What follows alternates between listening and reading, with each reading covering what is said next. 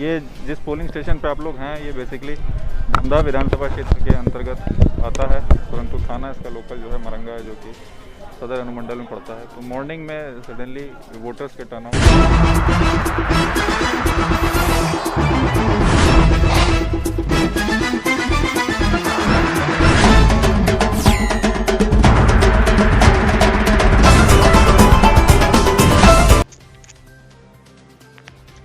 इस वक्त की बड़ी खबर आ रही है पूर्णिया से। पूर्णिया के धमदाहा विधानसभा बूथ नंबर 283 अलीनगर में सीआईएसएफ और मतदाताओं के बीच हुई झड़प और जवानों ने आत्मरक्षा में 6 राउंड गोली चलाई, लेकिन किसी तरह की कोई हताहत नहीं।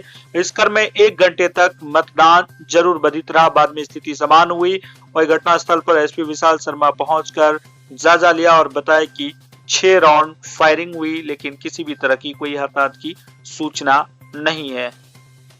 Bureau report Purnia.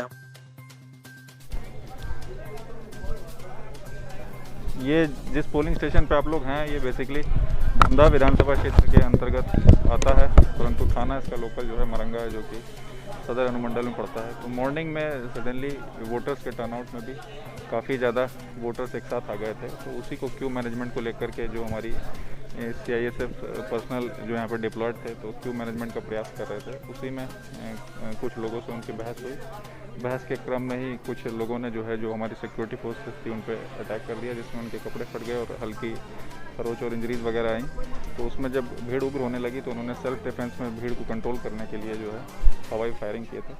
उसके बाद भीड़ पर नियंत्रण पाया गया।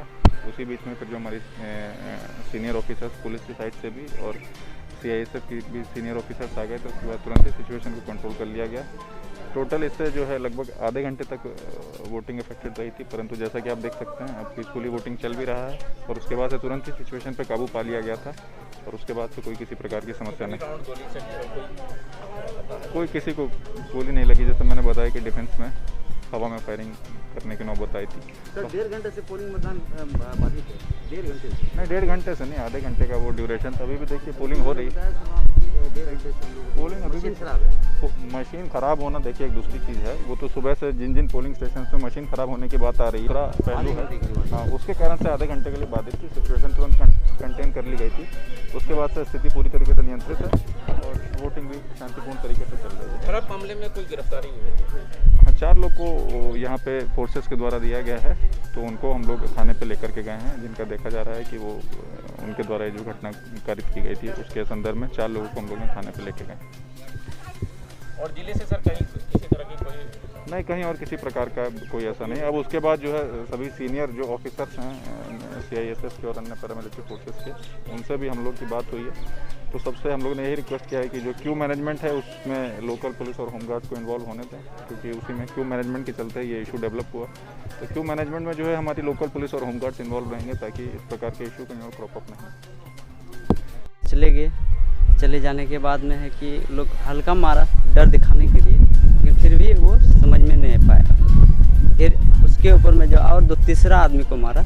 इसके बाद तब वो लोग भी पब्लिक भीड़ गया उसके पीछे, तब कम लगभग 30 आदमी से उसको मिल के मारा। मारने के बाद जो कि वो नीचे में था, उसी नीचे से ही वो गोली ऊपर फायरिंग करना चालू कर दिया। ज़्यादा वो लगभग 200-300 आदमी था, मारने वाला लगभग 30 आदमी। तो वो फायरिंग के जैसे फायरिंग किए थे, इसके बाद फिर फौजी आया 3-4 गाड़ी, तब वो लोग भागना स्टार्ट किया। कारण क्या था? लड़ाई कैसे शुरू हुई? लड़ाई शुरू हुआ था कि वो दूरी जो हटने के लिए बोला था ना, तो इसी के वजह से जो मारा 1 लाठी, 3 आदमी को लगभग 1 लाठी मारा, दूरी बनाने के लिए बोला था, इसीलिए